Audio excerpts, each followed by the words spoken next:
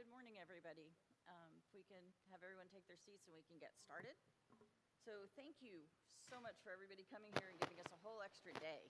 We really appreciate it. I have to get to the top. Oh well. As you know, you guys have I forgot to write stuff for this part. So you have in front of you the agenda, a little bit expanded. It's the same as what I sent you. We have a really exciting list of topics to discuss today, especially the data stuff we're really excited about talking about this morning, and Sandra is too. Marissa has graciously agreed to act as our moderator and try to keep us on track. We have times in there, so she will jump up and try to get us to wrap things up as we go along. And the first topic, I think we kick it over to Sandra for introductions and whatever else you would like to talk about. All right. Good morning, everyone, and welcome. My apologies to staff in the audience that my back is to you.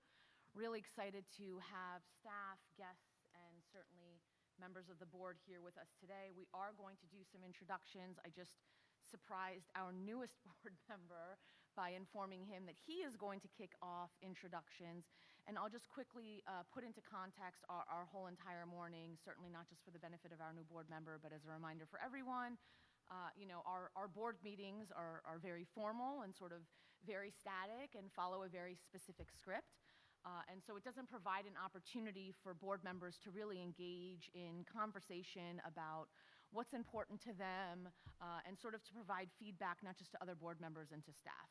And so a board retreat is really a great opportunity, not just for us to get to know one another personally and professionally, but really just to talk through some of the top issues that come before us as a board, that come to the staff, that the legislature discuss. And so I'm really looking forward to a great morning and a great afternoon and robust conversation. I really want to encourage all board members to be as actively engaged and involved as possible. So for our introductions, I do want to keep it brief because I want to keep us all on a tight schedule. Reynolds, I'm going to turn it over to you. If I could just start with Reynolds, and then maybe we'll go around for all the board, and really perhaps also for our guests. If you could just introduce yourself, your name, your organization, and certainly for the board members, what really brought you to the FHFC board to serve. And then just because I really like icebreakers, something super random that most people would be surprised to learn about you. So I will turn it over to Reynolds to start, and then we'll go around the room. Okay, I'm Reynolds Henderson from Walton County, and I'm excited to be on this board because I really think we have a problem in Florida with affordable housing. I've got half interest in a building company where we started it for the sole purpose of building affordable housing, single family, and it's kind of a wild ride. Interest rates have obviously hurt things a lot for small builders doing affordable housing. But anyway, I live in the south end of Walton County, which is pretty well off, but I do a lot of work in the north end of Walton County. I guess this is my random comment because most people don't do that. So I helped redevelop a little town called Definiak Springs, and I don't know, I like quirky things. I like data. I like understanding kind of what makes communities great, and there's a lot of cool things about Florida, and there's a lot of things that have kind of been left behind, and I think the rural renaissance is fun to talk about, but I'm hoping that we can really see some action in that. So I'm excited and thankful to be on this board, and I look forward to meeting all y'all and getting to know you. Thank you. Thank you so much, Reynolds. Okay, let's start with the board, and then we'll do guests. So I'm going to start all the way to the end. Good morning, Ron.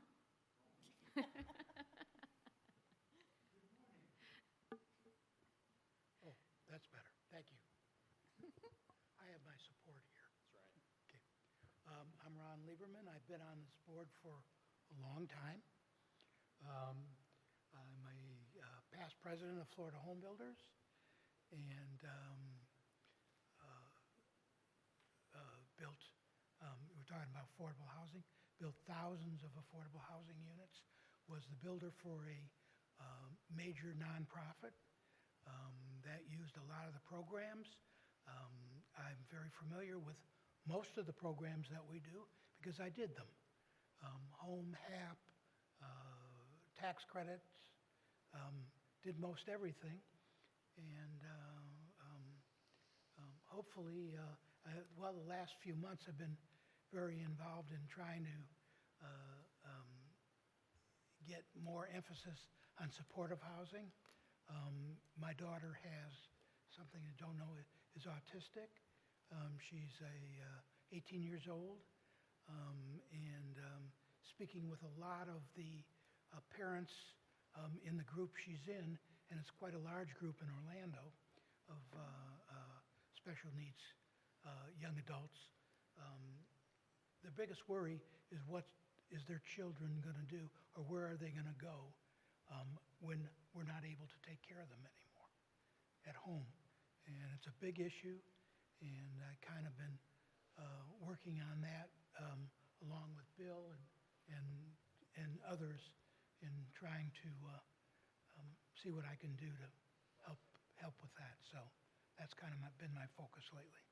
And what's the random thing that people would be surprised to know about you, Ron? That I have a 54-year-old daughter who now runs Alachua County. She's county manager. And I have an 18-year-old daughter. So that's quite a spread. And actually, I have a grandson that's 30-something, and a great-grandson that's 2. Congratulations. I like that. All right, moving on to Ryan. Loads of random things going on in his life. I do have loads of random things. So I'll start with the random things. I have 2 sets of twins. That's always the fun fact. And my other fun fact is I crashed an airplane in 2010 and walked away. So those are my 2 fun facts. Now, what brought me here is it's a series of random stories that many of you have heard, but I've been politically involved at the state level for a number of years, and was called to serve by the governor in 2019, and do so with pleasure. And this is the most enjoyable, blessed thing that I've had the opportunity to do is serve on this board. By profession, I am a home builder. My corporate office, it's a home building company I own, and my corporate office is in Naples. My other office is on Sanibel Island. I'm from Lee County, and build between Lee and Collier County, and we are in the ultra luxury home space, the opposite of affordable. That's what the governor said. He said the opposite of affordable. We build in that space down there, and I am involved. I'm the current president of the Florida Home Builders Association. I'm the 2025 president for that. I am the past chair of this board, and outside of my paying profession, it's housing, and I guess that is my paying profession too. My entire life revolves around housing and politics and family, not in that order, in the reverse order. So yeah, that's me. I'll make sure Jess knows that you said Thank it. you, thank you. There's a court reporter, so it's on the record that I said that. Yeah. Thank you, Ryan. All right, good morning, Mario. Good morning. Mario Ficella, Senior Vice President at Bank United in the Commercial Real Estate Division. Been in banking for 32 years now, originally from Virginia, but been in Florida since '93. Interesting fact is I told all my family that I'd be in Florida 12 to 18 months, and here I am 32 years later.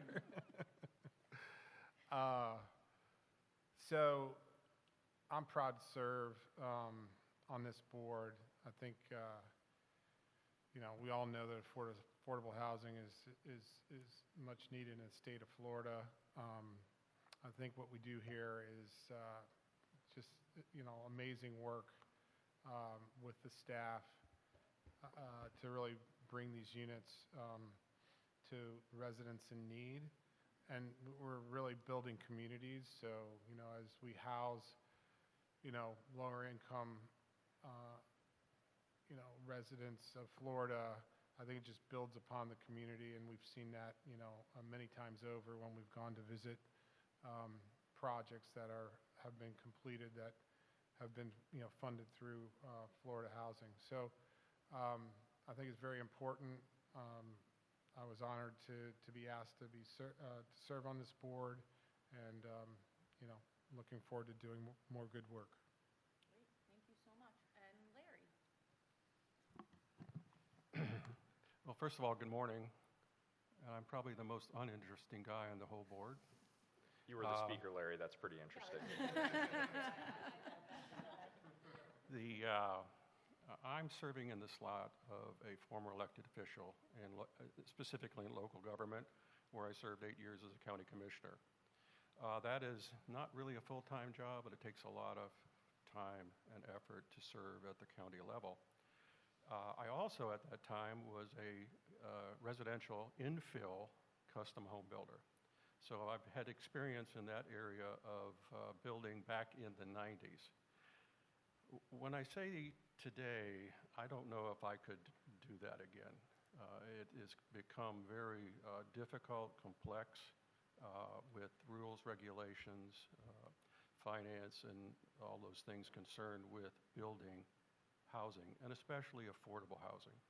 One of the things that I think everyone on this board realizes that in order, and especially Ryan and our new board member, that building a home, whether it's affordable or whether it is not affordable, is as hard in each and every effort. So trying to come up with solutions to make affordable housing more attractive is, I think, a partial responsibility of this board. And one of the things I've noticed, I've been here 2 years, this is probably the most complex situation, organization in any of the state, quote, partnerships and agencies. Hundreds of millions of dollars go through here. I want to compliment the staff and the team that tracks all that stuff and does all the analysis and does all of the work to make sure that wherever the money is going, it is going to be and is used in an appropriate manner. One of the things that I've also noticed is this association provides builders and developers financing instruments that they could get nowhere else in the state or possibly the country. With all of the incentives and the bonding, and I will tell you, I'm still not clear on all of this stuff. When the agenda comes out, my eyes begin to glaze over with the depth and breadth of the analysis that this staff does here. And also, from what I've seen in the last year or so, it's a little calmer, and it's a little more efficient, and the staff is doing their job. I guess I got one little fact if anybody is interested in it. I restore old classic cars. Cool. And I grew up in the era of the muscle car era. And I am doing cars that my father would never buy me when I was age. I see heads nodding, because I probably wouldn't be here if he bought me one of those cars. But I look forward to this. Workshop. Hopefully, get a better understanding, even after being here 2 years. And it is deep. It is deep. And I must also compliment on some of the other board members. I rely on their advice and expertise in public discussion. because that's what they do every day. So one other thing, I'm currently a contract lobbyist. I work with Gray Robinson. I primarily work in the area of education and local government. So anyway, that's it. Thank you so much. Larry, what are you restoring right now? I've got I'm a Mopar guy. I got a 69 Dodge Dart that we're redoing. Big block, dual quad, a lot of eye candy. I must say this is my Pictures at last lunch. one because I'm getting too old to get underneath them anymore, crawling around underneath. But Mario just showed me a copy, one of his. He's got a Cutlass convertible, pretty nice. All right. I guess we can talk about that. That's not within the sunshine. So I guess we know what we're going to be talking about at lunch. Larry and Mario are going to compare. Talk about cars. All right, good morning, everyone. Sandra Vesey Einhorn. I'm so proud to be chair here at the Florida Housing Finance Corporation. I have my own consulting company. I work in the housing space with nonprofits, and I provide leadership training. I came to this also in 2019. I had been in the housing space for a number of years. Through my nonprofit work, I recognize that housing affordability is the most important issue. And I found that within the nonprofit space, regardless on what you were working on, education, healthcare, childcare, workforce, behavioral health, homelessness, it didn't matter. If someone did not have a safe and healthy place for them to rest their head at night that they could afford, no one else was going to be able to move the needle on any of the issues. And so once I recognized that and I realized that I had zero experience in that, I just have a loud mouth and I'm highly opinionated. And one committee led to another, that led to another, led to another. And I am really honored to be here. I want to second what Larry said. As I'm sure everyone else has, I've served on a number of boards with varying budget sizes and really just remain truly just pleasantly surprised that audit after audit comes back clear. Staff always has answers. They're always responsive. We should all really be proud of the work of the corporation, even during political times, to know that we are really fantastic stewards of the tax dollar, of every single dollar, no matter what, is really impressive. And at times right now when everything is being cut and everything is being challenged and everything is being questioned, I know that should the corporation be questioned or challenged in any way, shape, or form, that they would come out gleaming and they would come out with the recognition that we are in fact really solid stewards of the tax dollar and are doing transformative work around the state. So kudos to staff. I do want to give just a quick opportunity for all of the other staff and guests around the room, especially those that might not be with the corporation, to just quickly introduce themselves and their organization. If you are with the corporation, if you could just make sure you introduce yourself and your position so that Reynolds has that benefit, and then we will get started. So Nancy, oh, go ahead, Ron. I did want to mention that Larry was in the legislature. I was lobbying for Florida home builders to keep some housing. Larry was, and there was a lot of people in the legislature that were in trouble. Larry was not one. Thank you for your support. Thank you, Larry. Oh, and my quick super random, my family's Hungarian. I speak it fluently, and so do my children. My American husband does not. No problem. All right, let's get started. Good morning, Nancy. And thanks for having me. My name's Nancy Muller. I have my own consulting firm, and I used to work at Florida Housing. Yes, you did. All right, good morning, Van.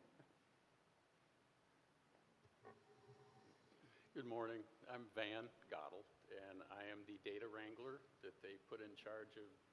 Director of Data Management is the official title. I'm fond of saying it's not our data. It belongs to the wonderful team that gets all those deals done, but we get to play with that data and wrangle it and clean it and bring it in, and so that's what I do. We have a couple data nerds up here, so we're really excited for it. Good morning. Melissa. Good morning. Melissa Levy, Managing Director of Multifamily Programs at Florida Housing. Good morning, David. Good morning. David Westcott, Managing Director of Homeowner Programs.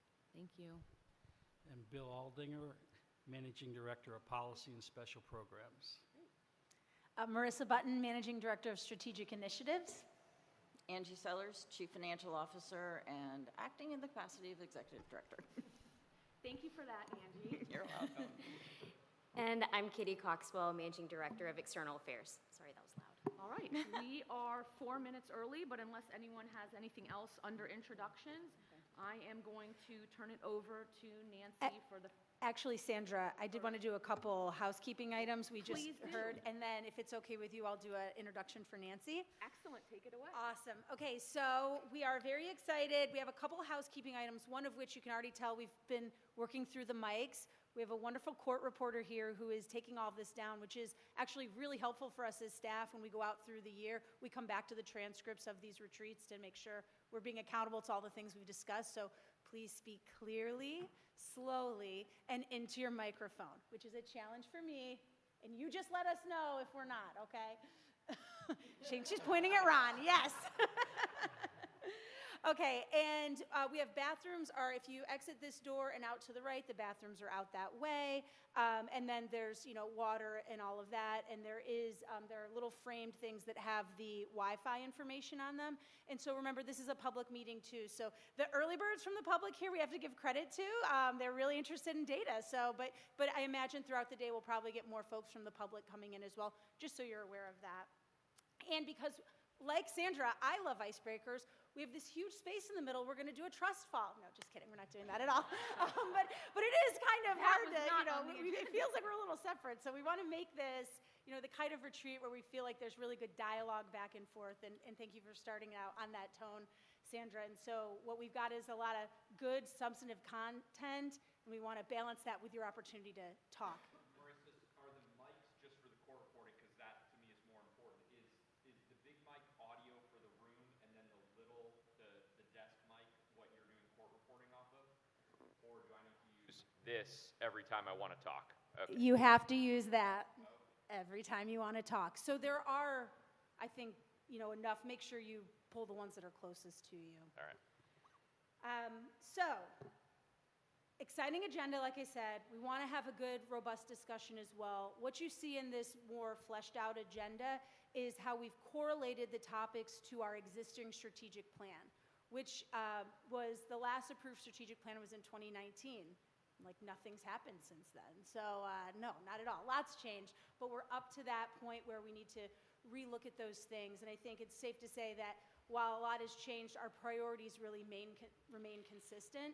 And so you see that notation in your agenda of the correlation to the topic, to the strategic plan priority. So we're going to get started with the thing that we are all the most excited about, and that is the discussion on data management and our presentation and discussion being led by Nancy Muller and in conjunction with Van Gottel as support.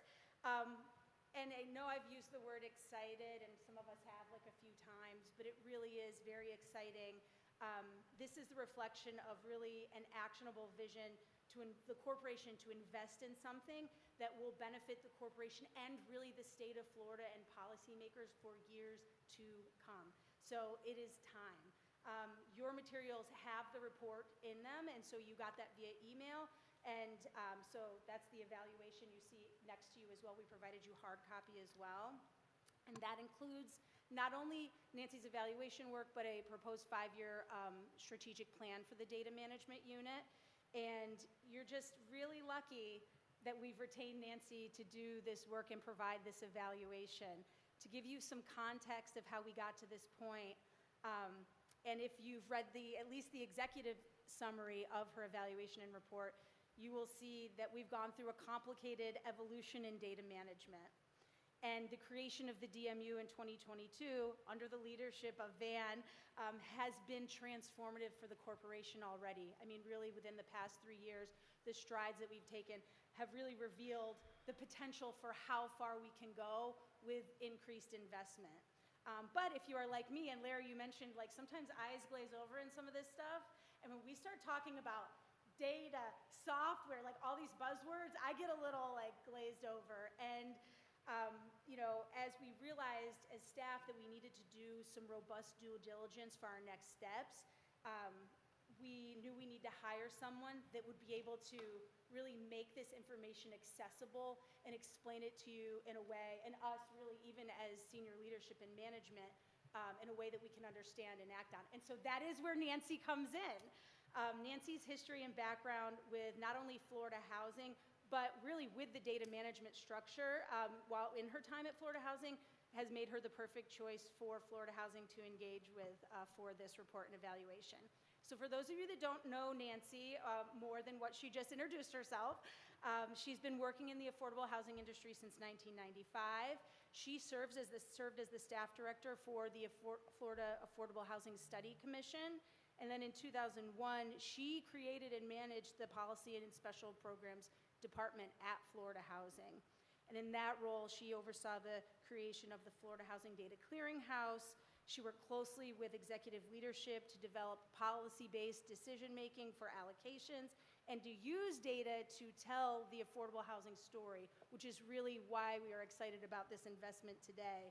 And a lot of interaction with legislators and stakeholders, and she's carried out special programs in various efforts such as hurricane recovery, which we know during the past, this is sort of a constant. Hurricane and disaster recovery is something that we deal with all the time. So after retiring in 2020, we were fortunate to have her return and do some very specific work with the policy department on some permanent supportive housing initiatives. And since 2022, she has been consulting with nonprofits in developing housing strategies to serve vulnerable populations, as you heard. So in conclusion, Nancy's in-depth knowledge of our industry and the inner workings of our organization and her proven ability to communicate complicated concepts in ways that policymakers can understand made her the perfect person and the clear choice to perform this evaluation. We're very grateful for the work that she's done, and we're excited to hear it. No pressure, Nancy, but we wanted to give you the props and have the board really understand the context of this engagement and how we got here. So now I will turn it over to you. Thank you, Marissa. It was very kind. So my presentation is up there for you, and as Marissa said, it sounds like you have the report, full report, and the first part of it has a little 3-page executive summary. So I'm going to take you through the key findings of this evaluation and suggested next steps. I'm not going to go over the proposed plan that Marissa mentioned. But it's true, over the years, Florida Housing has relied more and more on multifamily property data for decision making, especially combined with market and demographic trends. But using the data requires access to it and trust in the quality and completeness of it. Florida Housing contracted with me to carry out an independent analysis of the multifamily data management system to determine its status, key areas of concern, and solutions to modernize the system to allow Florida Housing to have full access to high-quality data. I also evaluated the capacity of staff at Florida Housing to manage initiatives to modernize the system, along with various implementation approaches.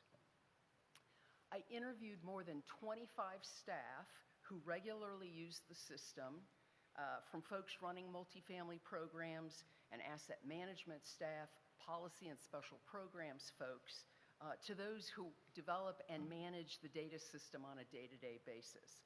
I work closely with Van and the data management unit and regularly consulted with IT staff, information technology. So for most of its history, Florida had access to only a small portion of its data. Next slide, please. I need to remember to tell you that. So even with best efforts, data were incomplete and inaccurate often enough that many staff, for most, I would say, of Florida Housing's history, did not trust the quality of the data. So as Marissa said, in 2022, late 2022, executive and senior staff agreed to create the data management unit. a substantial change and an initial investment that was needed to address what most folks felt was an increasingly complex data environment. Van, who was already on the staff at that point, was made director, and he started with one other staff person, along with several colleagues in IT who've worked with the unit part-time as they also respond to the rest of the corporation's software needs. The objectives of the data management unit were, in addition to daily tasks, to plan the long-term direction of data management at Florida Housing, and also to more comprehensively manage the existing infrastructure by, in part at least, hiring additional staff with the knowledge and skills needed for that purpose. I found, as Marissa said, that much has been accomplished in the 2.5 years since its inception. The unit's accomplishments are detailed in the report. I'm not going to go over those, but those accomplishments show that specific measurable progress has been made across the board. The data management unit, I found from talking to the business users, i.e. the folks out in the units who are using the data, find that they say that the data management unit has a reputation for listening to them and responding to their needs. In my interviews with staff, I found that those outside of the data management unit and IT who use the data are more trusting and confident in the data today than ever before. Next slide. And I think you might have a copy of this graphic on your table. Maybe you can see it well enough there. We didn't know what it would look like. So It's on page 6 of your Thank you. report that you have there. This is a simple graphic, really simple, to show you the overall data flow at Florida Housing. So data comes into the corporation in various ways. For instance, from submitted applications to respond to requests for applications, all the way to property reports submitted by servicers and property managers. Software applications are then used to transfer the data into data storage, and when Florida Housing needs to retrieve or to produce a report, the available data are pulled into data retrieval software applications, and reports are built there and then both provided internally and externally as needed. Now, again, this is really simplistic. It does not show the many additional applications in the system, about 100 in all, that clean, validate, and format the data for use, as well as other applications that just keep the entire system running and provide security. Next slide. Are we all allowed to ask questions along the way? Or? Yeah, are you comfortable with questions along the way? Great. Hi, Nancy. Hi. Nice to see you again.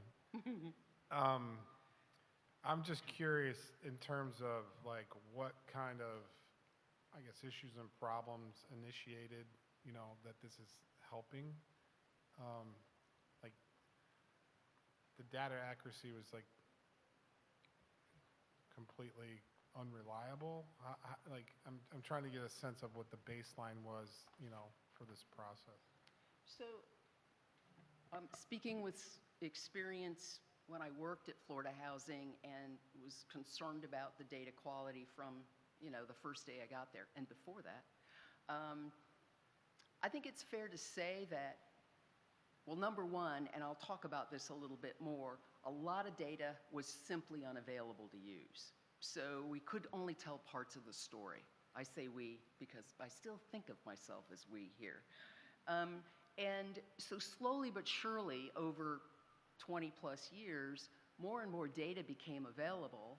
And what we tended to find was that when we were telling the big picture story about data, we felt pretty good about the quality of being able to say simple things, how many properties there are, who they serve, elders, supportive housing, extremely low-income units, whatever. But when you got down to the property-specific level, like in particular folks in the asset management unit who really need that kind of detail, in some cases, and I'll talk about this, in order to get data, they would have to read individual property reports and then try to collate that data by hand, because they felt like there were so many inconsistencies in specific data about those properties that they couldn't rely on that. So I think for legislative folks who were talking to the legislature and talking to external policymakers, there was a lot of comfort in that sort of level of data. But for folks who were working at the detail level with those properties, particularly in asset management, they regularly went back to the original documents, like the loan documents, you know, and the LURAs and the EUAs, to make sure that the data that they saw in the database was accurate. So it's been I would say, a long time of getting slightly better, and then this big leap once the data management unit was created.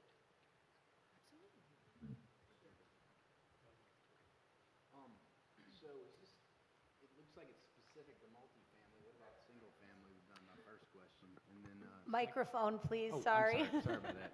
I am new. But I don't follow instructions all the time either, so I apologize. Thank you. It looks like multifamily is the only one you're tracking now. And is there a plan for single family? Are you trying to integrate that in? Is that just excluded? And specifically, I mean, all the great programs out there, there's a lot of people that don't know about these. When I say people, I mean local politicians. Right. They could advocate.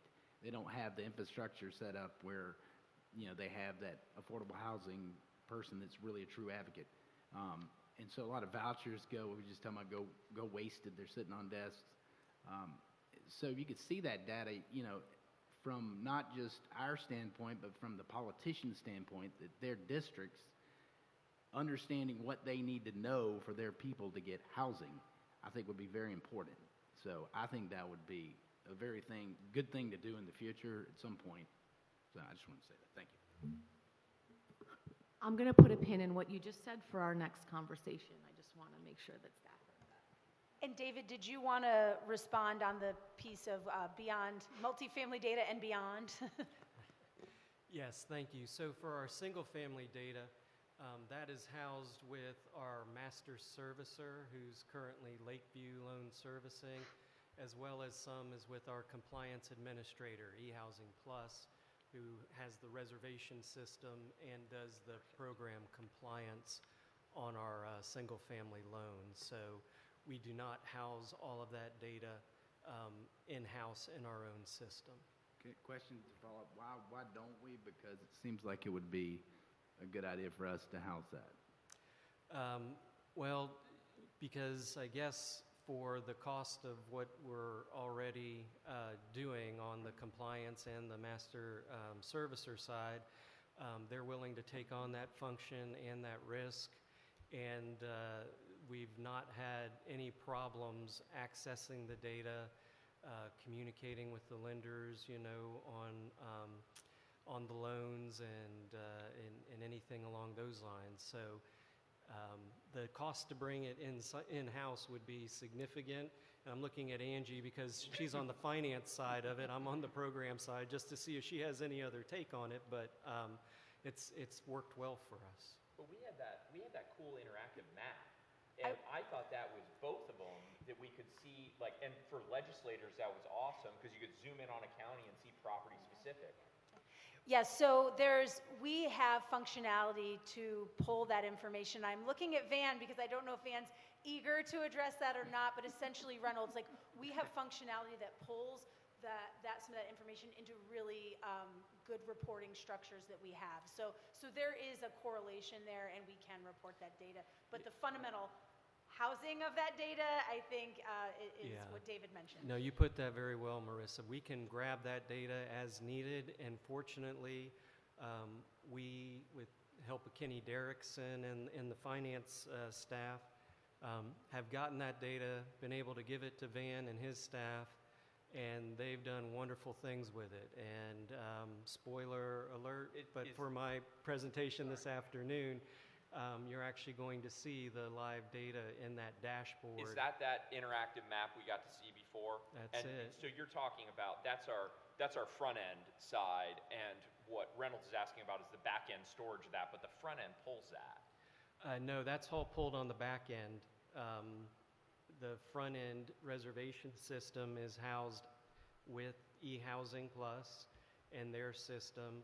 And then when Lakeview Loan Servicing receives the loan file, they also house, all the data there on the front end side.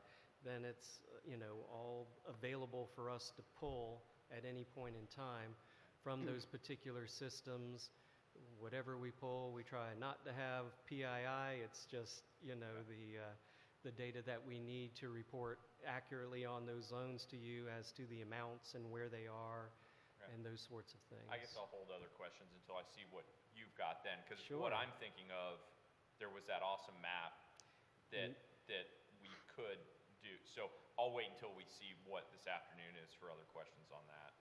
But you do trust that data, is what you do trust the data is what you're saying that you're getting.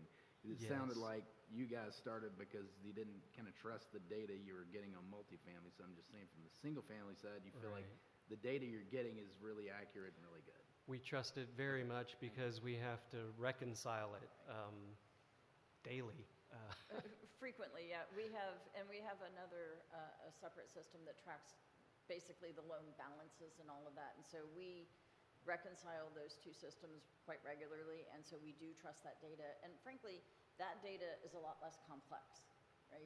It's pretty straightforward. You have a first mortgage, a second mortgage, the borrower, and all the borrower data. We know the loan balance. That's pretty much it. So the multifamily data is just far more complex with all the different funding sources we have. So it's a lot easier to manage on the single-family side, and we feel like we do that. No. I just wanted to clarify and and confirm, because we've talked a lot about data inaccuracy, and so I don't want anyone to leave here thinking that we're putting out inaccurate data. So I want to confirm, on that macro systems level, there was never an issue with the data that we share with the legislature, with the media, with the end user. What we're talking about is that pre-2022, we lacked an internal system that tracked the micro level data that asset management relied on. And so think literally physical files that could make human error mistakes and 75,000 Excel spreadsheets that could make human error. Lots of spreadsheets.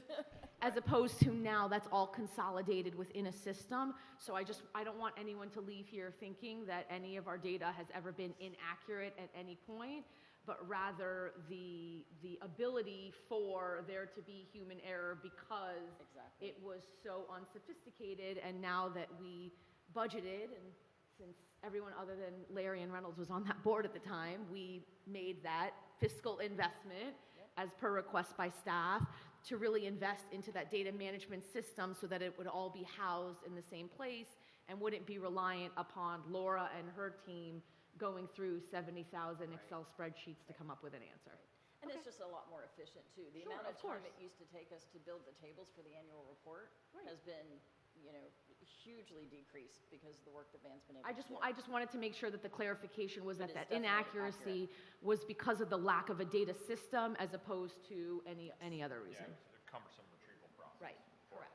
So when we're talking about the data here, it is just, I'll call it like inside our portfolio, and what I'm trying to get at is, I know we have Schimberg, and at the last thing I questioned the integrity of the data they provide us, or how current the data is they give us for making the decisions on the allocations. We're just talking with you about the data of once it's in our system, not for evaluation for it. Okay. From application all the way to the end of life. the end of the affordability period, right, when it leaves the system. And I don't know, thousands and thousands of data bits that go along with that, just over the many affordability, the years that a particular property is in the system. Sure. So, and the difference between pre-2022 and post-2022 is that more or less, Laura and her team's life is a lot easier.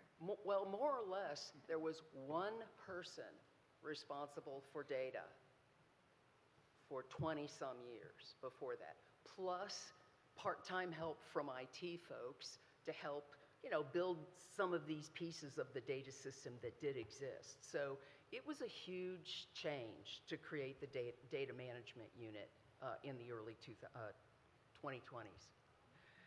Okay, so in my evaluation, I found there's basically 4 barriers or problems that need attention. Data sets still out of reach, overall system-wide software modernization needed, some parts of the data system, some key software applications in the system are presenting structural or functional problems to us, and then the data for reporting is still difficult to get. I'm going to talk a little bit, next slide please, about each of these. So key data sets out of reach. So for example, most property compliance data are unavailable unless one reviews each property report separately. Annual audited financial statement data from properties, not Florida Housing's, as a corporation, is hard to access. It can be accessed, but it's hard to. Demographic information about tenants is very difficult to use in an aggregated fashion. And one of the key things for policy making that is needed is to be able to aggregate data, right? Florida Housing doesn't care about X tenant that lives in X unit and what their income level is. What ideally Florida Housing cares about is who it's serving broadly, who it's serving by county, and being able to slice and dice the data by developer, by county, by income level, et cetera. And that is what is still really difficult to do. It's possible, but it's difficult. It's difficult because the technology doesn't exist, No. because we haven't funded it, or what makes it difficult? Because the investment hasn't been made. There hasn't been enough resources in-house to do that. And it's slowly coming along, and I'll talk a little bit more about that. So, in fact, one of the solutions is, and it's a key solution to get access to the data, is to automate more of the processes that take in the data, clean and verify it, and move it into applications from where it can be retrieved. Automation has been started by Florida Housing, but there's much more to do in that area. And the more you automate, as long as your automation works well, the less opportunity there is for manual mistakes, right? Manually entered data and the mistakes that will just occur. So there's also few documented policies and procedures by which the data are managed. And this is a critical problem for long-term consistency in data management practices. So the idea here is you don't want the individuals that are here today working on data management to say, hey, we should do this way. And then the next group who comes in says, I've got a better idea. So there's also no one place where a staff person can go to understand what a particular data element measures. Instead, they have to rely on their colleagues who've been at Florida Housing longer to ask them, which isn't a bad thing in and of itself. So data governance is a strategy used in the industry, any industry that is using a complex data, that provides a great framework to document data and practices. The data management has begun this work, but it's a large job and it will require ongoing attention and dedicated staffing. I've got just a couple questions, and some might be for Nancy, but some might also be for Angie. One, I heard we don't have enough resources. So if we could find out what the budgetary implications would be to be able to do whatever it is that we need to do, especially if it would be easier on staff, and if we could learn a little bit more about what some of those long-term benefits would be. I mean, again, we as a board decided to invest into data management systems back in 2022. I can't imagine that we wouldn't do it again. Specifically for what you were just talking about, I know that in Broward, I would assume for the whole state, for the homeless system of care, we use HMIS. So are there any requirements of our developers to enter data into our system. So, you know, as we were talking about per property, we don't necessarily need to know at this level the individual information, but however we collect that information per property, is that something that the onus is on Florida Housing staff to enter into a data management system, or is there a process by which developers, when they're doing their income certification or when they're doing their leasing, is there a way for us to create a system where they can then enter that information that would benefit Florida Housing for whatever data set that we wanted to do that wouldn't be so cumbersome for staff? So there are a series of reports that come from your servicers as well as property managers that report these kinds of But are things. those paper reports or are those data sets that get entered Originally, into they the were system? paper. Then they became, well, let's just call it Excel, some kind of spreadsheet, whatever. But there wasn't, and in some cases still isn't, a way to aggregate those together. So yes, in some cases, staff were manually taking that data off of that spreadsheet and moving it over here. So that is definitely one of the key tasks, projects, and there's starting to be. I think you've started to work on that a little bit, Rand, right? I mean,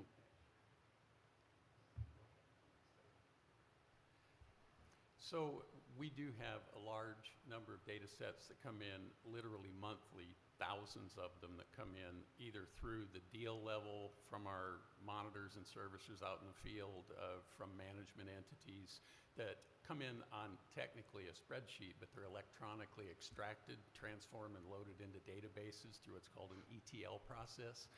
And I'm really going to try not to geek out today, so forgive me if I do, but the amount of data that we receive monthly electronically, we have a variety of ways that it comes in. And when Nancy talked about the simplified document, there are about 14 different ways we receive through web portals that IT has developed over the years for programs as recent as Live Local. And historically, all of the SHIP information. It does come in input from the field, but it is electronically extracted and then transformed and loaded into databases, put into various reports. Sometimes there might be some manual processes still left over as legacy pieces, but we're really working hard to make sure that those go away over time. Great, thank you. As your friendly retreat moderator, I'm going to suggest that we let Nancy get through the remainder of the presentation, and you guys take notes for the remainder that we can come back to and address at the end, so you can get the good flow of information. Sound good? it's always Mario. Thank you. Nancy? Okay. So going back to those 4 key issues, I talked about key data sets, so on to the next slide. System-wide software modernization needed.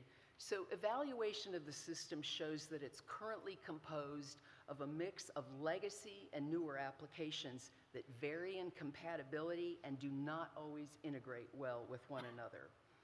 Over many years, a very small team of IT software developers at Florida Housing developed or implemented around 100 software applications for the data system.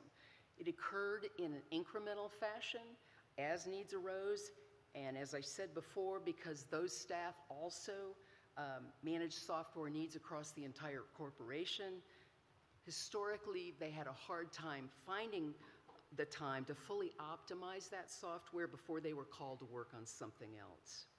So the solution here is for Florida Housing to do a more detailed, comprehensive evaluation of the entire system architecture and determine the purpose and usefulness of each application, whether it's complete, how well it works, and whether it has an adequate platform or operating system to support it today and into the future.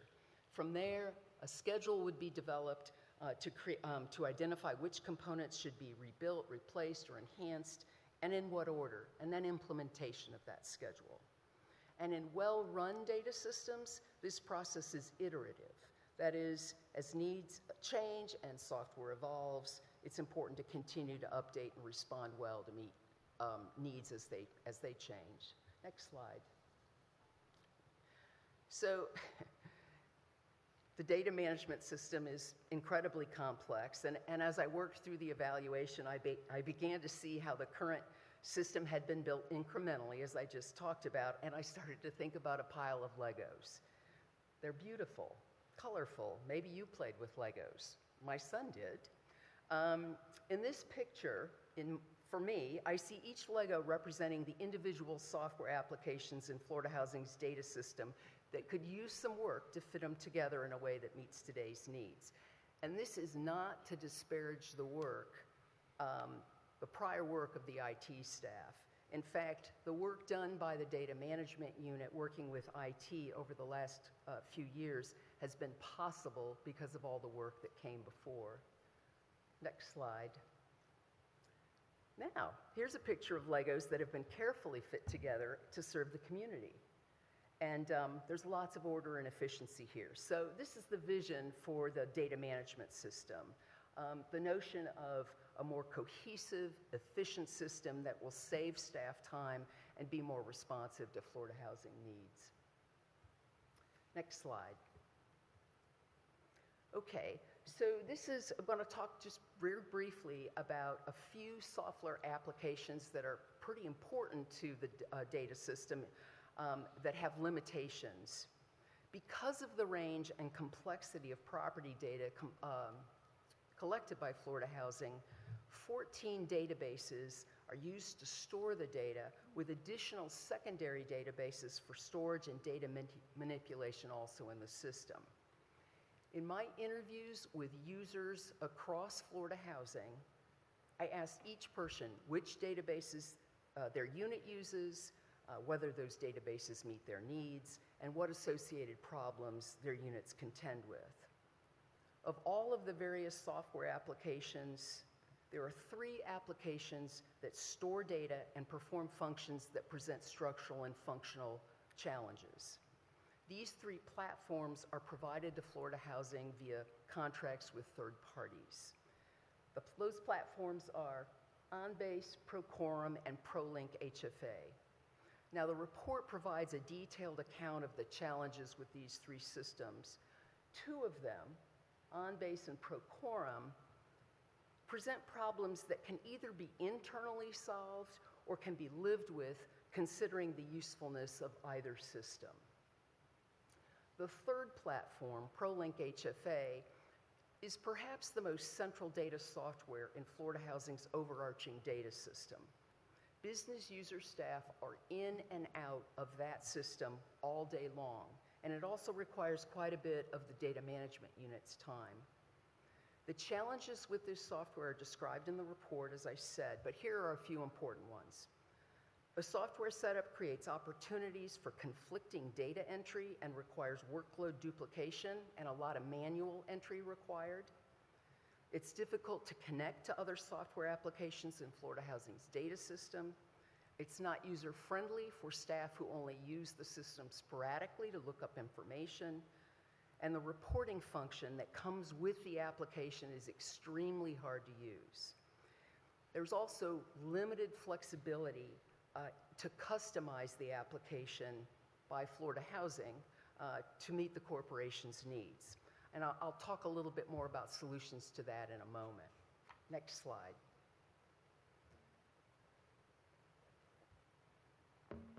Using data for reporting is still difficult, as I said.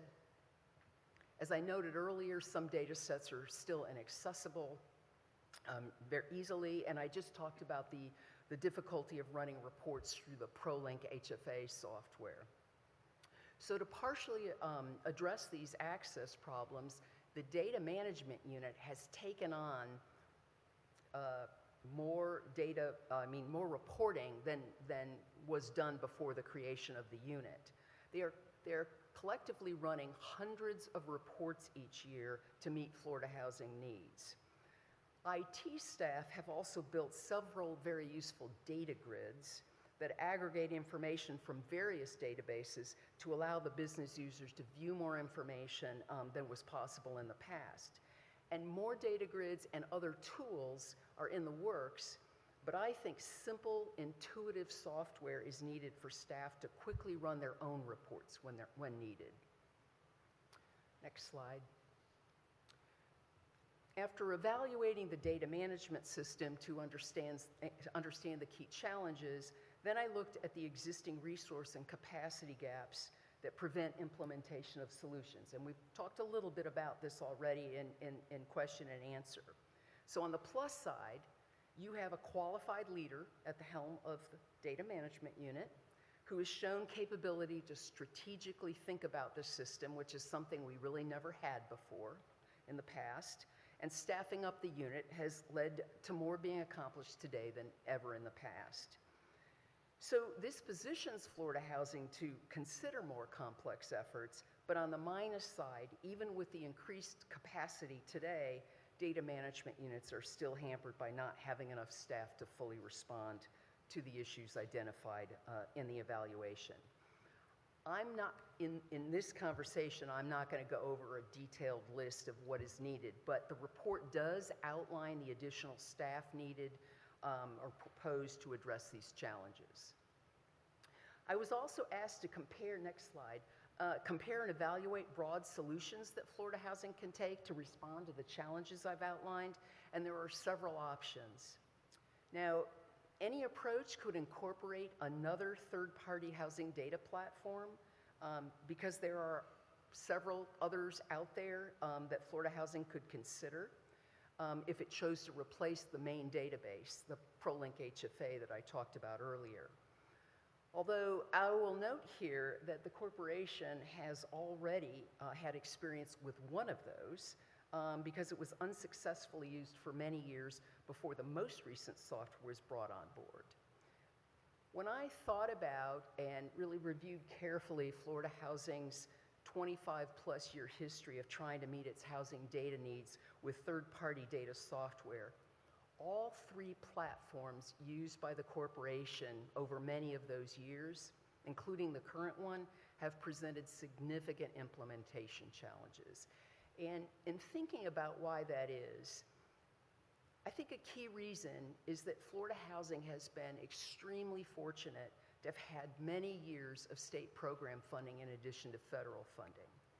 This means more units have been financed with a greater variety of programs compared to what most other state housing finance agencies administer, and it results in more complex data needs.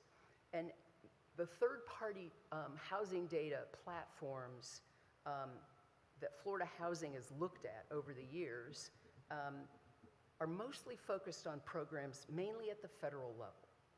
So these applications have proven to be difficult for Florida Housing to manage to meet its more complex needs with all the specialty state programs that you have.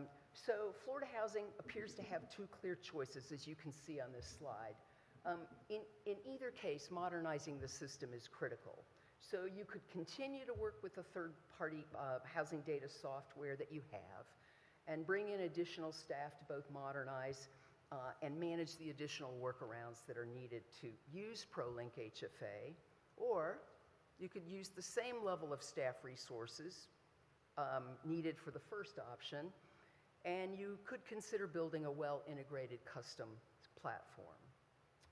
Next slide. And I believe Florida Housing has the internal capacity for either approach. The data management unit is well positioned to take on whatever you choose to make the data more responsive and has the vision and strategic capacity, I think, to do that with the help of IT. In any case, once modernization has been completed, the additional staff will be needed to ensure the rebuilt system remains responsive into the future. Next slide.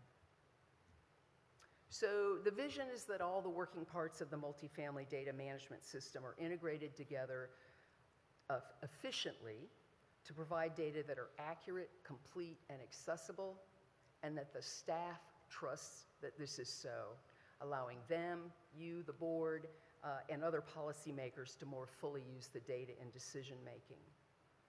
I would argue that the portfolio data that Florida Housing collects, from application all the way through asset management, is one of the corporation's most precious assets. Next slide. I'll stop here, but just as a reminder, attached to the evaluation report is the proposed 5-year strategic data management plan. Again, focused specifically on data management, created by the director of the data management unit. There's also a very separate, detailed action plan that's been created that is not with your materials, although I'm sure you could view it if you would like, with a multi-year timeline to implement the plan. It's incredibly detailed. Last slide. I want to tell you how great it was to work with your staff on this project. The Florida Housing staff who gave of their time and shared their experiences with Florida Housing's data management system. It really was a pleasure to work on this project, and thank you. Nancy, thank you so much. I don't know if staff. I'm going to turn it over to Angie for some follow-up. So first, thank you to Nancy for all the work that she's done, and Van and his group in conjunction with IT have done such an amazing job. When I started at Florida Housing 32 plus years ago, we were talking about a database. And we have come so far in that time. We're not 100% there yet, but we have a really good roadmap now. And we can produce things that we could only dream about back then. Everything that used to come in on paper, so much of it, like they said, comes in electronically. We're so much better off than we were before. So basically, I wanted to just kind of address some of the financial stuff that you guys were asking about. Van has been on a hiring spree, so that unit has grown, and we are growing it, we are growing it as quickly as we can, getting the right expertise and people that are willing to be in Tallahassee and come into the office and all of the challenges that brings along with it. We don't have an ask right now as far as financing goes. We integrated a lot of the current growth of that unit into this year's budget. Going forward into next year, you'll probably start seeing some more specific asks. When we bring you the 26 budget in December, that's when you'll probably see a little bit more.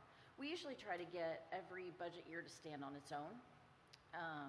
When we undertake a huge project, like the modernization type stuff that we're going to be looking at going here, we might need to tap into like this year's profit. And that would be a line you'll see in the revenue section of our budget, where we're trying to say, well, here's something we want to invest in. We want to use some of last year's profits, and this is how we're going to use it. So that's what you'll see going forward. So right now, like I said, we don't have an ask for this year. If we see that as we're going through the rest of this year, that we end up with a budget variance that's just a material negative variance, then we'll come to you for an amendment. I don't think that's going to happen. I think we're pretty well prepared right now to get through this year, and then you'll start seeing it next year. Thank you. Any questions from any board members? Marissa, you had something? Because I just have 2 questions. Thank you very much. So my 2 questions, one, I know that it came up having, that we lacked a DMS policy for data accuracy. Is there a proposed policy that you could consider? I don't know if, I would assume that would have to go through audit first, but if there's a proposed language on any type of policy, I'm sure that we can probably get that done pretty quick. So I'm sure that the board has heard of the FTC safeguards implementation. Sure. Okay, so along with that process comes an overarching data governance structure that has, it trickles down into every single level. Part of that is what you're looking at for not only PII, personal identifying information, non-public financial information, but how data is handled, controlled, managed in general, from intake through consumption, as they say, and all processes in between. Page 29 in the handout is also an overview of the data governance structure, which again is used globally by corporations, financial institutions to manage their data. And so in combination with IT security, IT staff in general, from networking through the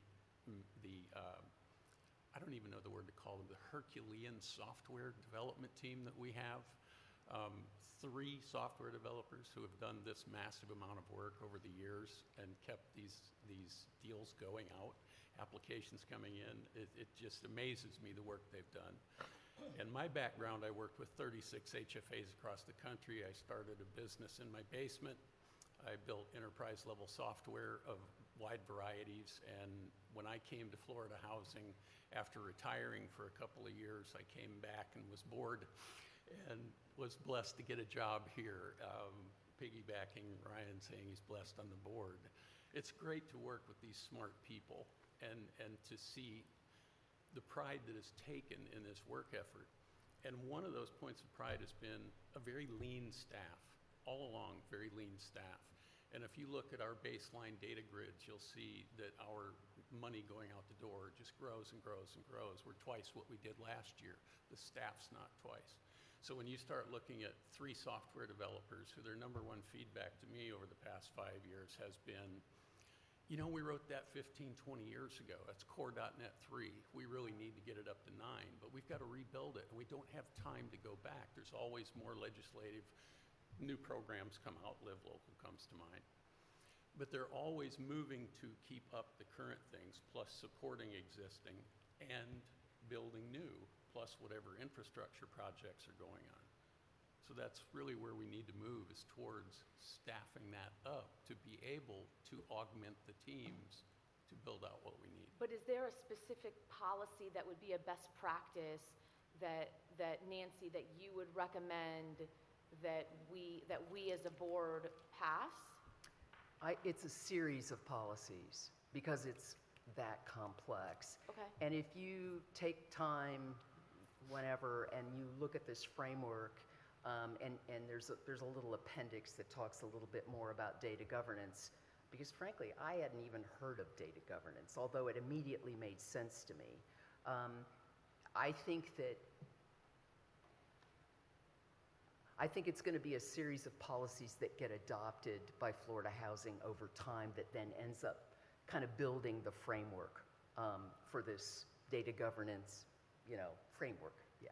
So can I count on at least the 2 of you to work together with Angie and Marissa to come up with whatever language would need to be for any, whether it's today, tomorrow, whenever, for any type of policy that we should have on file approved by the board?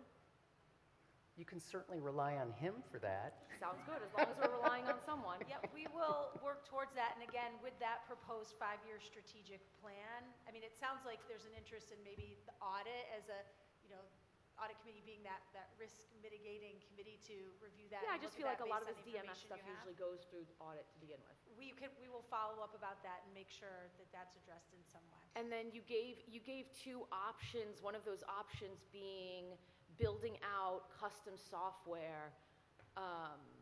We're not the only housing finance agency that is of our size. I typically don't ask, what are they doing in New York or California? So I'll say, what is the state of Texas doing? Meaning, is there, are there other states that have HFAs as large as ours that have cracked the nut on a really stellar, custom-made data system that we could just, no. Angie's shaking her head, no. So North Carolina comes to mind, not only because I lived there for 40 years, but they have developed their own system, North Carolina Housing Finance Agency, and they're very happy with it. They maintain their software team. Tim, their IT CIO, has been in place forever. I've known him maybe 25 years now. And what we look at typically in the industry for COTS or custom off-the-shelf software is Florida Housing is large. We're one of the largest in the country, and depending on which financial category you're looking at, we rank between 2 and 5 across the board. Well, software development corporations are in it to make money, so they focus on small and middle market, and especially when you only have a handful of HFAs around the country. And we're the also-rans, where we come in and we say, okay, you have 15 clients. Well, we need this, we need this, we need this, customize that, change that verbiage. It'll impact all their clients unless that software is developed in such a way that it can be fully customized. We have external monitors, one of the few in the country that does that. We have unbelievable amount of state programs, very few, like was mentioned earlier, the most focus on federal programs. Because we have all these unique programs and that we work through these processes in such a way at such a large scale, it's just really hard to get someone to say, oh yeah, we can do that. Well, they may say they can do it, which we've all been victims of. Yes, we can do that. But when they go to show you, truly, they can't. And so we currently, in all fairness, I have to say, we do have a custom software package. It's been built by, I'll say, Nathan, Blake, Rob, and those who went before them. And I'm fond of saying we stand on the shoulders of giants. We do. They have done a tremendous job. But again, always keeping up with what's next. Get that out, get it out. You know, and God bless Nathan. If it's midnight on July 31st and an RFA closes, he mashes the button and it closes. So it is just that kind of dedication that has given us these types of systems. And if they, Nathan said it best, he said, if we had the luxury to go back and build our own system, there are so many ways we could leverage what we know now and integrate. So what we're looking at really to do over the next 2 years is a full risk assessment. Can we upgrade it or can't we? Does it need to be rewritten? And that is the kind of thing that there's just not been the time to do that is required to be done now. So in absence of an audit committee chair, as the immediate past audit committee chair that's no longer on the audit committee, I'd love to see this come back. You know, again, I know that we made the investment in 2022 and it's yielded fantastic results. I'm always looking for ways to be more effective and more efficient as a huge bonus if it makes the lives of staff easier. So I would be comfortable in at least sharing with staff that to the extent that there would be budget implications in building something custom, as the non-audit chair who's not on the audit committee but shows up to audit committee meetings anyway, I would be more than happy to advocate for financially supporting anything that would continue to move us in the direction of being more effective, of being more efficient, and being able to have that data accuracy from the macro level all the way down to the micro minutia. So we have. I'll second that. Oh, yes, love the second. So for context, I think the big takeaway, right, is that this is a comprehensive approach that we need to take, whether it's option A or option B. We still have another almost over a year left in our current contract with ProLink HFA, and we'll be talking through that. The beauty of Van, and hopefully you've been able to glean this with this short amount of time, is that he is so thoughtful and strategic. So he has developed a Gantt chart that would blind you, and that's what Nancy mentioned, like this very detailed action plan that has thresholds of timing and benchmarks of how we would not only move forward with staffing, but all of those things. And so to your point, we've anticipated that, Sandra, and this is sort of the beginning of getting you all comfortable with this really big thing that we want to invest in and talk about more. And so we will definitely be doing that. But I wanted to mention that because I think we understand that whatever process we go through, we couldn't just shut the door on the current software system we have when that contract comes up, right? So there'll be current discussions about how, whichever way we go, how that proceeds as well too. And so then we'll be saying to you, remember at the board retreat when we talked about this and bringing it back. So did you have any other questions from the board? I have one question. When will you have a number? I didn't hear the question. Angie looked at Van. He said, when will we have a number? And I asked, When will you have a number? Budget number, you mean, Larry? I don't know that we'll have one may number. May I just say the sooner the better? Okay. Sure, and as Van is very fond of saying, this sort of process is never finished, right? That we will always be evolving on it. We will, go ahead. No, I was going to say, go ahead. We will do our best to come up with a number, but it's a starting point. So. so we will, to that point, when we come into budget discussions, coming towards the end of the year and what that looks like, I think Right. that's the point of like, at that point in time, this is what it looks like for this level of commitment, and that will be the first step. So you'll have some type of number Yes. in the next proposed budget. Great. Okay. Any other questions, comments, concerns, or compliments? Okay, hearing none. Van and Nancy, thank you very much. I'll admit, I was really hoping for actual data sets that we could break apart, but next time you're coming back, you owe me data sets that we can granularly break down. Thank you. Thank you for joining us. Thank you, Nancy. Thank you. Thanks for the time. All right, we are moving on to our external affairs discussion, and before I turn it over to Katie, I will just share with the board that I've been begging for this conversation for quite some time now, and so I am really looking forward to it. I don't think that there are any, if there are any developers, please pay attention, because what comes out of this, they will be hearing about soon, so. I hear Mario asking for a quick 5-minute break because we are ahead of schedule. Okay, but 5 minutes means 5 minutes, everyone. All right. I just want to remind everyone in the room that it's 11:30. Perfect. Hit launch. And Katie's the only thing that stands between us and lunch. No pressure. No pressure.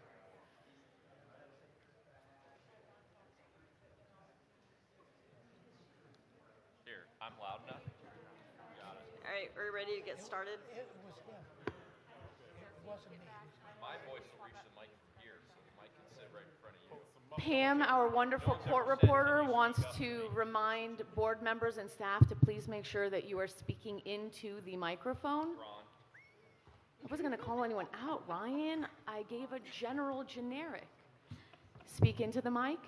Is this close enough? Keep it, I had it close between me and Reynolds in case one of us wants to do it. All right. Everyone that's you need is seated. Yep. All right. All right. Marissa and Angie are ready. She says down into the mic. All right, let's Take it away. get into it. All right, well, thank you so much for the opportunity to share and discuss our current event participation processes. We appreciate Madam Chair and the board's interest in Florida housing representation at events and engagements. But before we jump in, I would like to draw your attention to 2 items in your folder. First, you will find a card secured in the back pocket. This is intended to provide you some quick facts about Florida housing and that you can mention as opportunities may present. It's not intended to be a leave behind, but we hope that this pocket information will be useful, and we intend to provide new cards as we reach new milestones. In that same pocket, you will also see a handout titled Board Member Preparedness Plan. I feel like I'm echoing a little bit. I am? Yeah. The purpose of this plan is to equip the Florida Housing Board of Directors with necessary tools, standards, reflection practices, and guidance for constituent engagement to ensure various advocacy efforts that you may encounter at occasions like events are considered equitably, ethically, and in alignment with the corporation's mission. So now let's get into our discussion item. I'd like to start by sharing a little bit of external affairs role for the corporation. External Affairs oversees Florida housing participation and representation to ensure corporation branding, messaging, and mission are accurately represented. We serve as the point of contact for media and elected officials. We oversee the production of any Florida housing messaging that's available for public consumption. This is one of the reasons why we provide talking points to you for various events or conferences. It's just to ensure we have consistency and accuracy in the information, thankful to our DMU team. External Affairs' goal is to further the corporation's mission while considering reputation and potential optics. It is our job to present you, the board, and the corporation in the best light and to ensure that we are putting our best foot forward. We strive for success, and we recognize the importance of your role and the relevance to the public and the need to maintain those measures. So we have experienced some fairly recent challenges when it's come to event engagement and corporation representation. Some of the things that we've encountered as of late are standard point of contact issues. Sometimes board members have received invitations that staff was not aware of, and we never want to be in a position where we're finding out about a board member participating at an event after an event has occurred. Board members and staff have also been surprised by speaking expectations upon the arrival of an event, even after previously it was confirmed that there was not a speaking expectation. So just not great. We don't want you being put on the spot like that, or our staff. Florida Housing has arrived at engagements without any Florida Housing Partnership branding before. There have been situations with conflicts of food or gifts from partners.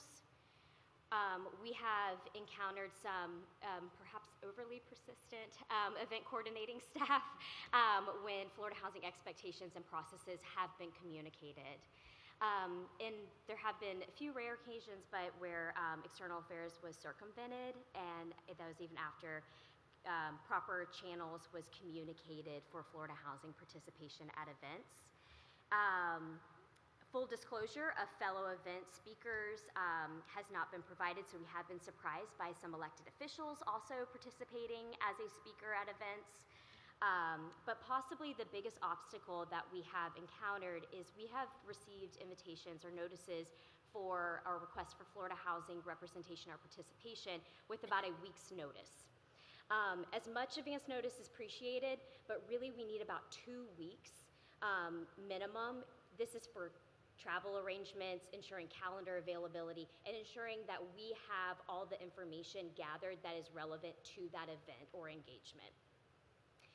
So our traditional procedure or process internal for external affairs for corporation engagement or board representation is we will receive an event. External affairs will receive an invitation for an event, and we will respond with Florida Housing branding and our corporation style guide that can be used or made available for event materials that they may want to use as handouts or as a poster, and then we confirm that we will refer to calendars for Florida Housing representation.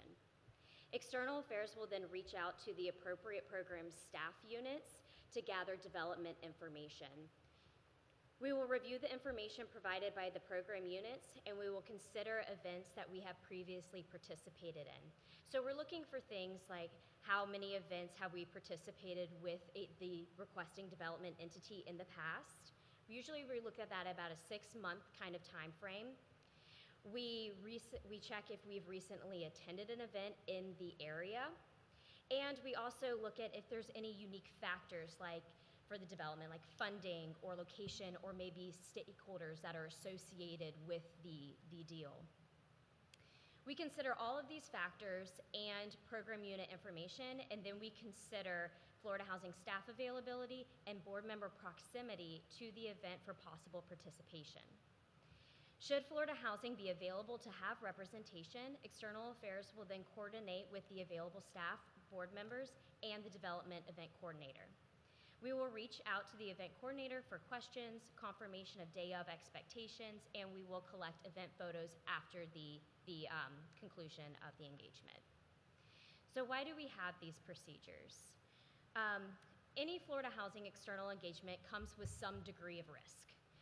We try our best to do our due diligence and risk management, and some of these efforts include ensuring that the deal is closed and there's no outstanding litigation, ensuring that there's maybe no serious or contentious litigation on other deals in the portfolio pipeline that might be associated with the event coordinator group. We try to be aware of any potential conflicts of interest, potential negative media, political implications, other properties that may have outstanding compliance issues. That's not a common thing, but optics around more than one board member attending an event, especially if staff is not present, and we also are considerate of the optics of potential favoritism. As you are very well aware, Florida Housing is a statewide corporation, and although we cannot always control locations and consecutive event dates, we do try to spread participation across the state. We are intentional in supporting the diversity of our state and our portfolio and the demographics that we have the pleasure to serve. Our goal is to participate with a great variety of our partners, communities, and Florida housing participants between our board members and our staff.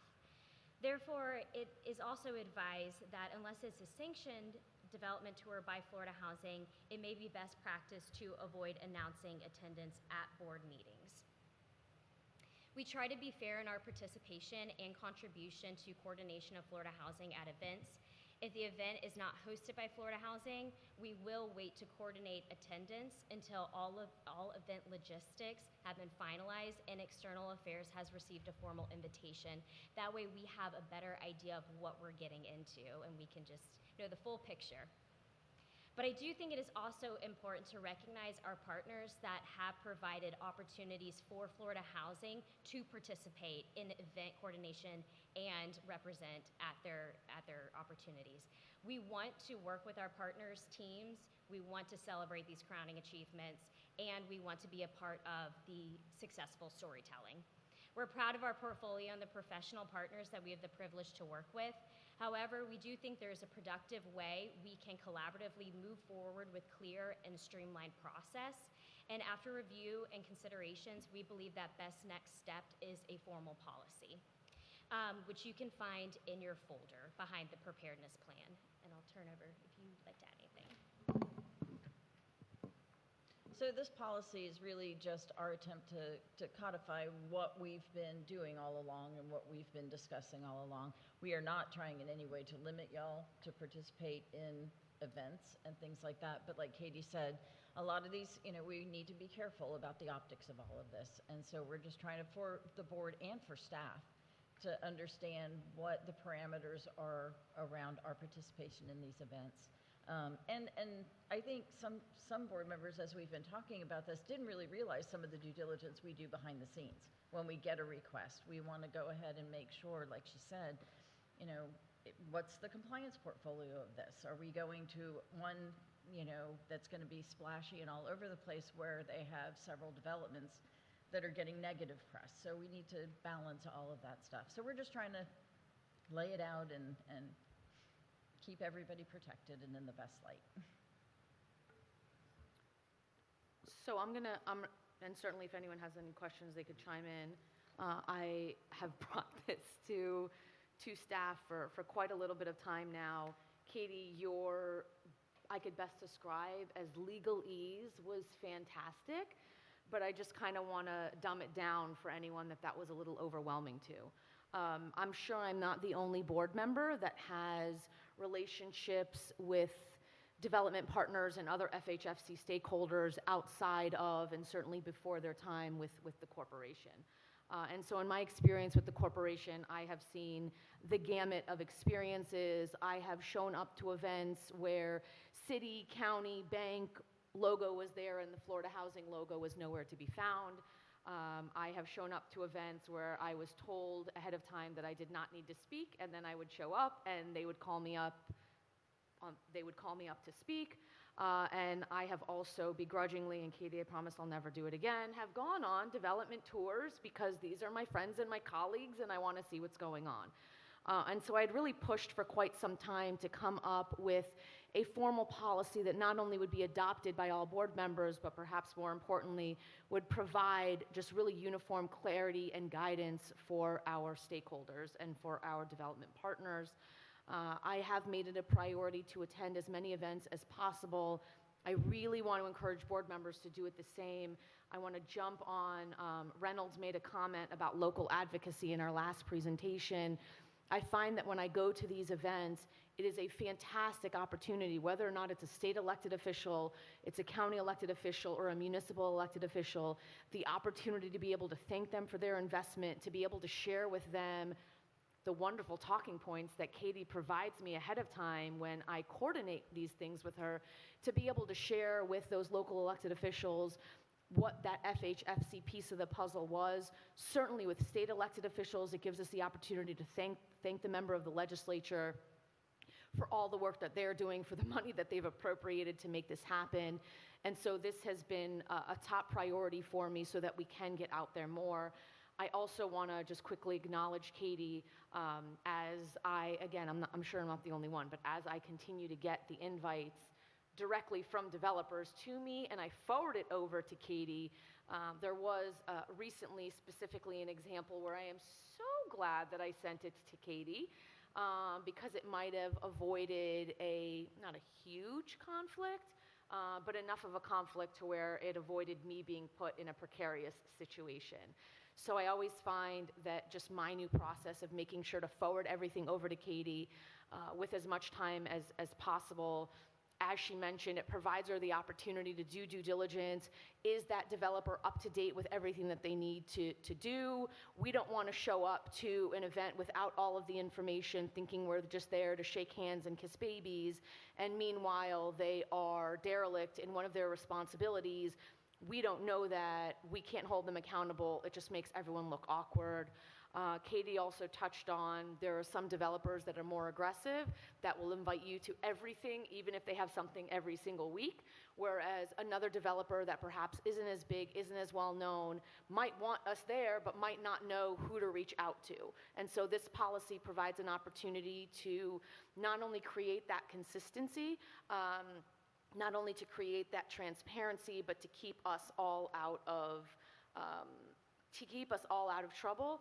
And I also want to give a second shout out to Katie, because when we follow the process that was informal up until tomorrow, when we make this a formal process, it makes it a lot easier, because when I show up, I know whether or not I need to speak. If I do need to speak, I have my one-pager of talking points that is right there so that I know what I'm saying. Again, whether or not I'm speaking or not, I still have those one-page talking points so that I can speak to whatever elected official is there. I could thank the developer, I could thank the bankers, I could thank everyone that's associated with it. So I am really excited to be voting on this tomorrow. I'd really love to hear from our other board members. But again, I really want to use this as a stepping stone for us to get out there more. I find such tremendous value when I go out, whether it is for an event or I do love the construction site tours actually more than the ribbon cutting events. And then also we'll just remind everyone that when you go, if you could please make sure that you are in at least one picture that can be sent to the corporation, so that we can proudly tout all of the great work that we are doing. Do we have any questions, comments, concerns, or compliments from the board? Please, Reynolds. I just have one. I think this is really interesting. I won't say too much because I don't know. I know we're voting on it tomorrow, so I don't want to get it weird on the... We don't have this teed up to vote on specifically, Okay. no. Okay. Typically, the policies that we just implement for internal policies, and, we can't make you guys follow them. So this is just a but we- good practices. Yes, this Yeah. is a recommendation for you. And then they'll be incorporated into the board orientation notebooks. so Exactly. Yeah. Future board members will get it, yeah. Which is great. I mean, I guess the designated board spokesperson, how's that going to be handled? I mean, like the one that's under point 6, unified messaging. Yes, so the designated spokesperson or for the board would be either the chair or it would be the board member that is representing the corporation at that event. And so, again, going back to, we don't want to look like we don't know what we're doing. I think a good vetting before that would clearly be beneficial for everyone, so. Yes, absolutely. Thank you. Yes, every time the board gets a request that's anywhere near me, from Tampa to wherever, Katie sends me the information. And I tell her that, yes, I'll be able to attend, which is more than 90% of the time. Okay, she always sends me information about the project. I don't ask if they want me to speak. If they say something, she'll let me know, but I get up there and wing it if they ask me, so. Yeah. And we want to make sure you're well prepared, so we want to, And if I may, what we as staff appreciate is that with Katie vetting this and you sharing, your invitations with us, that allows each pertinent unit to be able to provide background information or what a situation will be, or statistics, or who they're serving, so we can put a little scenario together and a little information pack for you. So we really appreciate that. Then Katie shares that with all of us and requests, sometimes demands, that we get her the information that we need. I appreciate that. And so again, I want to beat this as much as I possibly can. Anytime you receive any invite, please make sure you forward it to Katie. Katie will make sure that all invites she sends, that she will send to whatever board member is closest. And I really do, I want to encourage everyone to get out there, not just for the events, but if you drive by something and you see our logo and you're surprised because you didn't know it was there, get with Katie, go on a construction tour. There's so much value, there's so much benefit. I learn every single time I go on a construction hard hat tour. I don't learn to wear the proper shoes, but other than that, I learn a lot of things, especially in the last 5 years. There's been so much change. Reynolds talked about it a little bit, whether it's, on the supply end, on the cost end, on the insurance end. I ask a lot of questions. I always learn so much. And so again, I just want to emphasize it. I will, even though we're not formally voting on it tomorrow, since we will have so many of our stakeholder partners in the room tomorrow, I will make sure to emphasize this. I think that it will be harder for some of our stakeholder partners to jump on board to this new policy. And so again, I just want to remind the board that the best way that we can hold our partners and stakeholders accountable is to make sure that we are following the policy, and that includes me, by ensuring that before we show up anywhere that we have gone through Katie, that we've gone through the proper protocol, so that Katie can empower us to be the best representative of FHFC that we can possibly be. Thank you. Right? No more questions, comments, or compliments? Ryan, nothing? I thought this topic was going to be about lobbying and legislation, which I was much more excited about, but Okay, that's well, okay. if you'd like, we could certainly, but you know what? I mean, we do, listen, we are a little bit, ahead, and so I do want us to be able to discuss that. And Ryan, I'm going to turn it over to you to start that conversation, even if we have to have a working lunch. But, certainly advocacy is an important part of being on the board. And so I will kick it over to Ryan for Ryan to share some preliminary thoughts, but definitely want to keep top of mind that the role that the corporation plays, while there aren't many strings attached to what we as board members can and cannot advocate for, the staff does have some limitations, obviously, throughout legislative session with everything going on. And so I know for me, when I advocate, I want to do so with the blessing of staff, for the priorities of staff, but I do envision lobbying and advocacy as a main part of our role. So Ryan, I'm going to turn it over to you to open up that discussion. Sure. No, I am glad staff put this in place because of Sandra's actions of attending. Because she definitely is a big violator of going to sites, unlike the other board members who follow the protocol already strictly. It's good we put it in place for her. For 20 years, so in fairness, just to get on the record, it's not that I'm not a rule follower, but again, just like so many of us, I sometimes don't think I wear so many different hats that, silly me, I don't sometimes think, oh, they're only inviting me because I'm an FHFC board. And so, yes, I need to do a better job, Ron. Yes, you definitely do.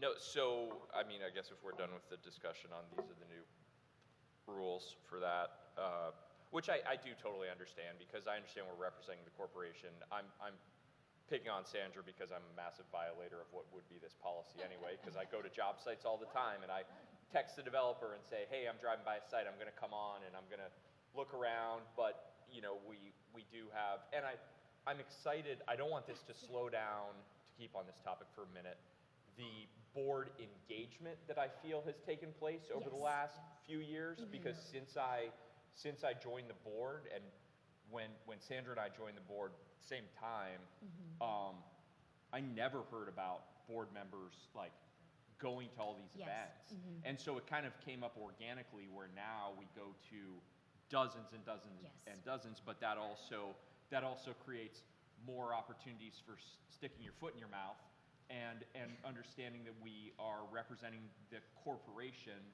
you know, greater than what we are, and avoiding embarrassing situations, which would be horrible, where that to me would be the biggest catastrophe, is if media is trying to, they already have an angle on something and now they're going to tie it back to the corporation because a board member has represented. So I understand the need for putting it in place, and I just don't want it to slow down how excited everyone on this board is for attending Exactly. those Mhm. events. Yes, That's all. and we don't want we don't want this to become a barrier for us continuing to have that external engagement. Sure. We want this to just help streamline the process to make it where we can interact with a greater variety and more of the state. But I do want to touch on your point for just texting somebody, go on the construction site. That's totally fine. We're talking about an officially organized public event. So this would be like a groundbreaking, ribbon cutting, Topping off, grand like opening. those, whatever an Yes, event but is. Yeah. what you described, that's totally acceptable and would not fall under this policy. Okay. I mean, that would be great. Yes, please let us know. Yeah, sure. No, I get that. After the fact. I get that.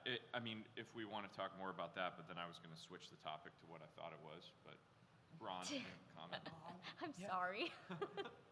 Disappointing.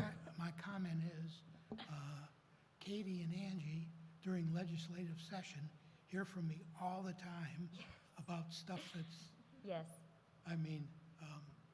sometimes I wonder if they get tired of hearing from me. 'Cause No, never. Every time, something comes up about affordable housing, I call them. Yes. And we all talk. And then we talk to each other.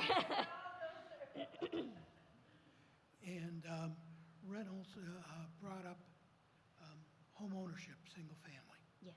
I just want to mention, a few years ago, because every time interest rates increase, okay, thousands of Florida families can't qualify for mortgages. Tens of thousands. Like 1% interest rate increase could be tens of thousands of families that can't afford to buy a house. So I kind of brought up a few years ago, that because of rising interest rates, if there's something that Florida Housing can do, okay, in that aspect to help for home ownership. Well, kind of my idea was, if the state would guarantee bonds, okay, and we could use state interest that they pay, to get bonds into David's area, instead of what they have to charge when they do tax-free bonds. If we could get that rate down, more people would be able to afford housing. But I was kind of told back then, and probably still the case, it's not something the state would do. It was just something that when I was asked, can I think of a way, to get more people into, home ownership, that's what I kind of came up with. But I was told by a previous, one of our previous people that it wasn't doable. But if anybody has any ideas, I understand, and I'm an advocate for doing more home ownership, but we can only do what we can do. Right. So,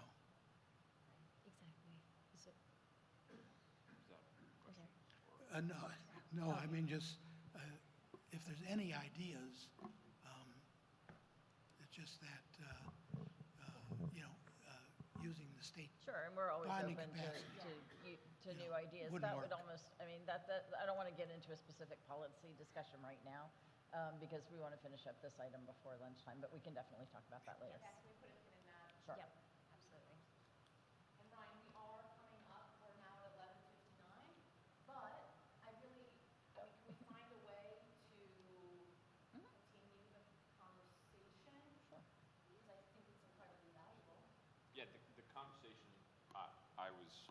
just curious about. I want to talk a little bit about Live Local 3.0, and well, we get to talk. Like, I get to talk with Katie directly about some of the policy stuff. I get to talk with legislators, but I think it would also be helpful for the rest of the board to have kind of some like talking points as to what it is, and specific to 3.0, or the combined what is now the Live Local Act. I know a big part of it falls outside our budget parameters, but everyone still looks to us for everything related to attainable housing. And so when we have some of these conversations, like, they don't care about when I start talking about, like, I'll use bonds because I always pick on bonds, like when I start talking about bonds and this and that, no one really cares. But what they do is they've got that soundbite of like, hey, heard Live Local's making a big impact, blah, blah. And the answer of, well, that doesn't fall inside our budget. We do certifications for middle market, blah, blah, blah. It doesn't really give us, something for it. So even though it falls outside of the parameters, everyone looks to us as the authority of attainable housing in the state of Florida. And I think there's a lot of measurable impacts that I'm very familiar with, but I think the rest of the board should have the opportunity to understand better, since we are looked at as the people for that. So I think we're going to talk about Live Local 3.0, not how Sandra breaks the rules all the time. And then I have one quick question. On this card that you gave us, so does this include, I guess, what's included in these numbers? And I'm going to go back to Live Local, because we have like the middle market tax exemption stuff. I know we've got the height and zoning grab on and whatnot. Are these numbers specific to the corporation, or are they more macro than that? Yeah, you can. They are specific to the corporation, and this was specifically in response to when we did the data presentation, which you're going to see later this afternoon, when Jody said, gosh, I wish I could just have some bites when people come and ask me, or I'm meeting with someone about Florida housing. That's the intent, that it's just the bites about the corporation. So it doesn't include middle market certification, endpoint of what has been approved through exemption, or any of what I'm going to globally call land use implications of Live Local. Okay. All right. And on the back, you have that QR code that will allow somebody to just go to our website where they can find additional information on that too. So I'm gonna piggyback off of what Ryan said, and also share, because Ryan, I agree, in our respective communities, we might be looked at as the official FHFC spokesperson. I know that now when I get asked to speak, can you give an FHFC update? I now send it over to Katie. I actually just gave an update to the South Florida Regional Planning Council just a couple weeks ago with prepared remarks. And so I knew that I was going to be asked to speak. I sent it over to Katie. Katie sent me back some beautiful remarks that Senator Geller followed up and asked for me to send him my remarks because they were so great. But also to piggyback off of what Ryan said, whether it's during legislative session or it's throughout the year, if you know you're meeting with a legislator or you're going to be in an event where there might be a legislator, just as a best practice, if you could shoot Katie an email and say, hey, I'm going to be at an event tonight, there might be some electeds there, or I'm meeting with an elected, can you please send me some talking points? Katie also might have context on that specific legislator and whether or not the corporation has had any meetings with them. And so could I also perhaps ask you, Katie, maybe after committee weeks or during committee weeks and during legislative session, if there's anything critical that comes out of those meetings, if you could just shoot the board an email, just sort of really high level, I think that would be helpful for us. I mean, again, I don't want to expect how many nerds we have on the board that dig down and read and use lobby tools to stay up to date with any legislation that they're tracking. But if for this upcoming legislative session, if we could just make it a point that anytime there's something significant that happens, that we let the board know, that way they've got that talking point, not to speak to anyone in the media because we know that we're not allowed to do that, But just in case it comes up in conversation, if there's ever an opportunity for us to thank someone, certainly when we're up in Tallahassee, if we're walking the halls, we could peek our head in and say, hey, thank you, or maybe we could follow up on that. I think that that would be helpful as well, because to Ryan's point, it's not just about the events, it's us being advocates for the corporation throughout the year. Absolutely. Ron's got some, then I have one Yep, more thing. just to kind of follow up with that, if you're meeting with a legislator, okay, you certainly like to break these numbers into their district, so you can really discuss the impact in their district. Yes, absolutely. Well, I always do. There you go. Yes, and that's also, I guess, just kind of to bring back kind of to the DMU too, and their need there is that is possible because of the work that they're doing. So I can very quickly just pull up a Senate or House district. I can even pull up congressional districts, and we know our entire portfolio that is within their district, and we can do that with homeownership, and we can do it with multifamily too. So we can do some really comprehensive information for them. One quick one, because I don't know that we meet between now and when committee weeks start, right? When do? I believe that's correct. Yes, I think we're later October. So would it be? There's a September meeting. You're right. There's a September meeting. Early Excuse me. start this year, right? Yeah. So, So I know because Sunshine, we couldn't do it as like a weekly call during committee weeks. Would it be possible to get to the board like some type of weekly update? It's more important during session, and I'm just thinking out loud because we're not going to meet between now and when this starts. But with the other organizations and associations, I mean, we have some type of weekly briefing as to what's going on, who's running what bill as things are going through, that the board could get. I would love if we could do it as a call, but I don't know if we could do it because we'd all have to be muted because then it'd be a policy discussion. I don't know if we can do that. Well, not this morning. So during session, the Sadowski Coalition, which we're a member of, will participate weekly. They're usually on Fridays. And there we run through all of the bills that are affordable housing or attainable housing related.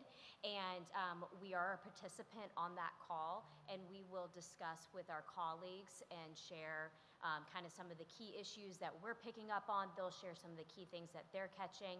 And it's like a 30-minute discussion, so we can inquire to see if that would be an appropriate venue to send y'all an invite. If we could attend. If you Yes. could listen in and not, right, so it doesn't become a public meeting, Right. but there's content for you to be up to date on what's happening, That would be basically. awesome. Understanding, I think every board Right. member understands, we can't comment at the risk Right. of that. Yeah, okay. Because we're running into the lunchtime, Sorry. we will It's my break fault. for lunch and then potentially save some time in the open discussion for Live Local 3.0, Ryan? Does that work? Okay.